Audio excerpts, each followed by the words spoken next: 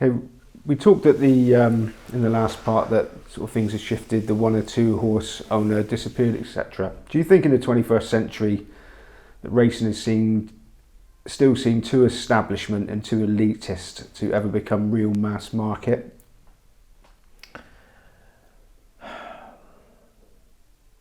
Maybe, though I'm unconvinced of that. I mean, if we've talked about one and two horse owners disappearing, that's simply because the economics of it are so swinging now. I think it's simply too expensive for the sort of person who's got a little bit of resource to have a horse in training,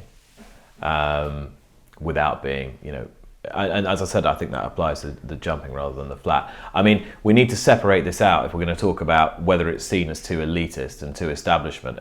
We came into this conversation talking about ownership, and I think the idea of democratizing ownership and trying to broaden it up to more people and trying to facilitate syndicates to do that is clearly a good thing, and to try and follow the model that works really well in Australia. And I'm actually seeing in America now more shared ownerships,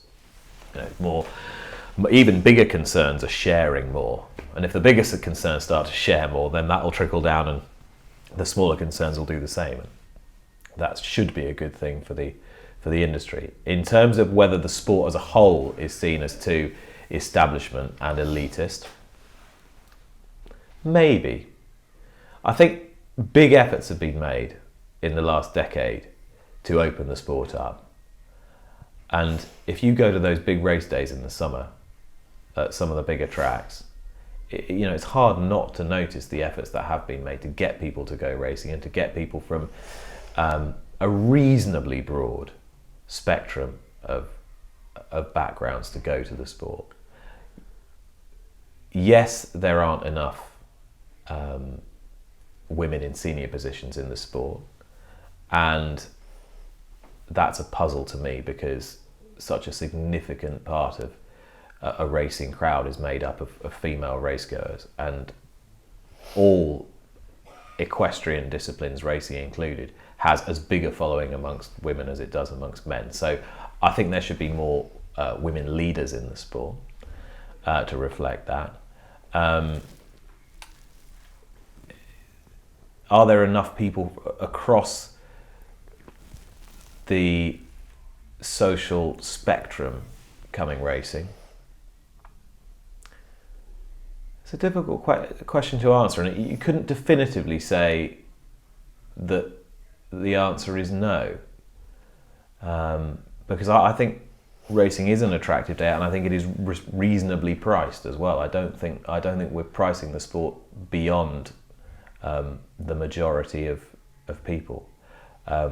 Should the racing crowd look a bit more like look a bit more representative of the country, then yes, it should.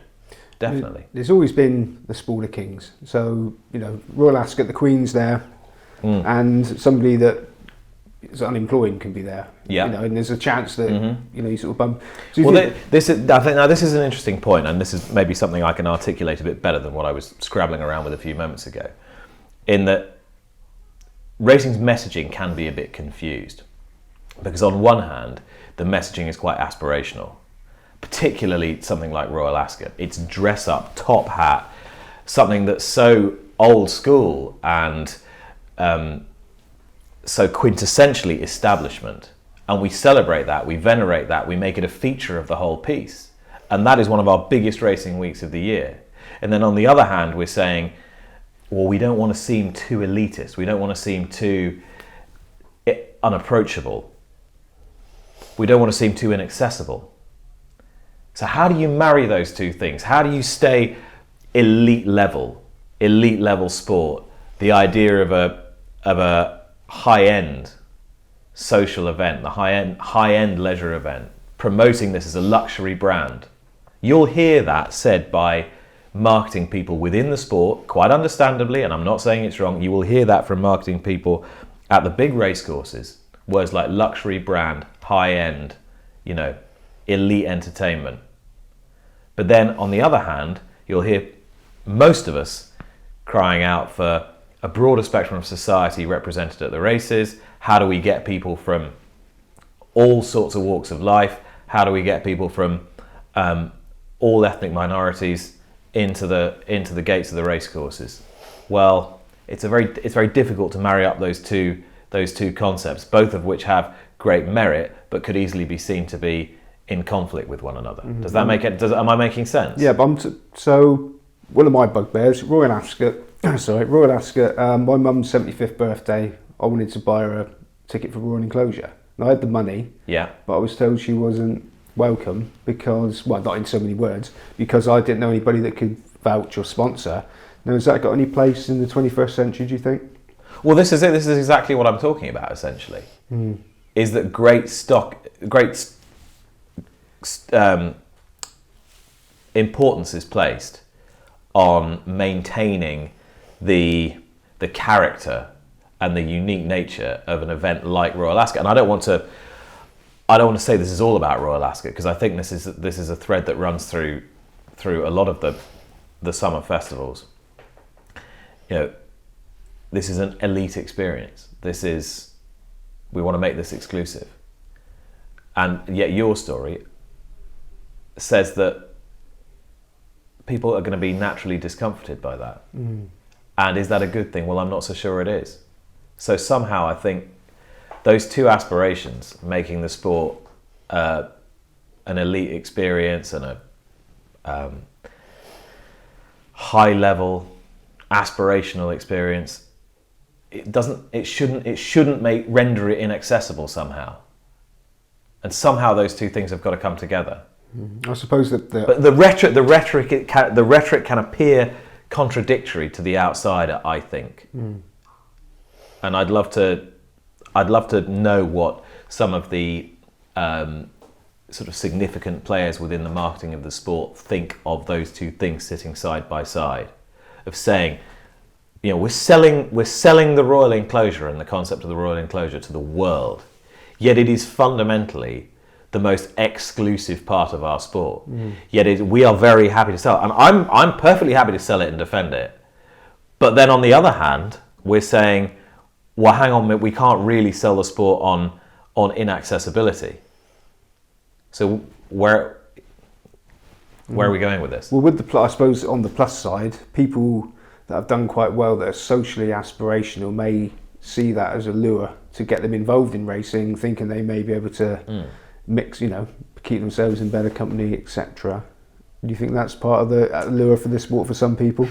Maybe, yeah. Maybe it is. Maybe it is. I suppose habitually events like that and Glorious Goodwood were part of what used to be known as the summer season, which was for the sort of elite socialites and all that. I think that's kind of, that concept is a bit passé now. But yeah, people still see Ascot as a big society event and something that maybe will give them or cement their entree into a world that they want to exist in.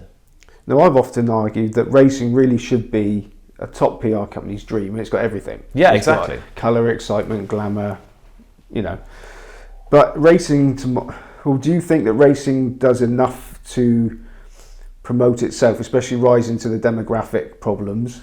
Or does it rely on bookmakers and broadcasters to do their, in inverted commas, dirty work for them, and then let them take the flak? Oh, I think you're only sensible to use your broadcasters. You've got to use your media if you're promoting the sport. You ever see adverts from racing itself trying to sell itself? Well, I was at Waterloo Station the other day, and I looked up, and there was a billboard about as big as the size of your house promoting Champions Day. And I'd just come back from the States, and I thought, my God, if anyone in America saw something like this promoting the Breeders' Cup at the biggest railway station in the country, they'd be pretty pleased with that. So I don't think that the promoters of British racing do a bad job in getting the exposure out there. It's difficult to know what more they could do, in truth. I think they need to spread their efforts maybe a bit more evenly across all courses at all times of the year. I mean, I understand why Great British Racing and British Champion Series are very closely aligned.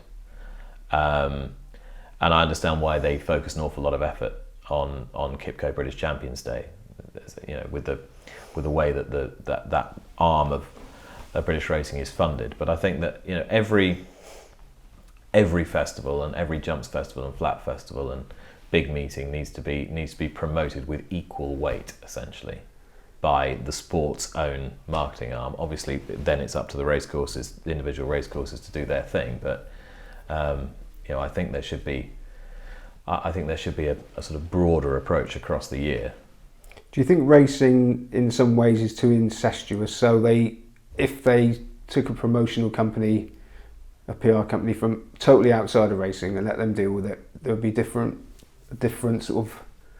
Yeah, but you've slightly had this when the forerunner to GBR, Racing for Change, was initiated. To significant scepticism, and you have to give credit to those who run Great British Racing for turning the perception of that around. Because when a company was set up to try and promote British racing and to try and promote it to a new generation, a new audience, and to take racing outside the bubble, it had enormous amount of scorn poured on it from within and without. And I think that perception has completely changed. I think the idea now that it is a necessity for racing to be properly marketed and for there to be a concerted effort from the centre is completely understood.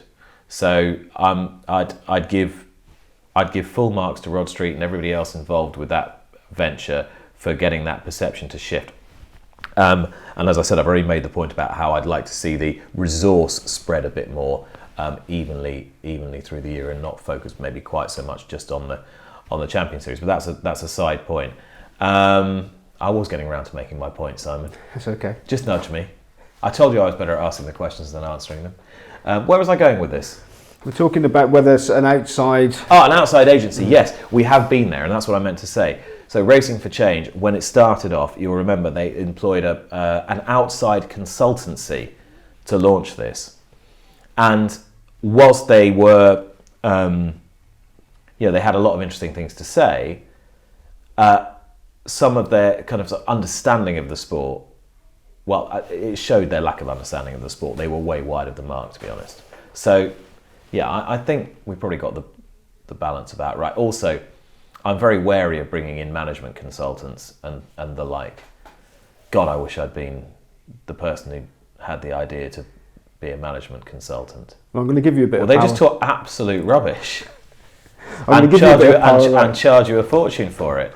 Talking about low-hanging fruit and deep dives, and this is what they do. Is they thinking. The problem. Yeah, exactly. The problem with them is they'll come in to a racing organisation, for example, tell you exactly what you know already and what you want to hear, reinforce your prejudices, and then you all sit around going, I've got to do something about this, and then they'll pass you an enormous invoice. Right, I'm going to give you a bit of power now. Go on. You're the head of the BHA for this question. No thanks.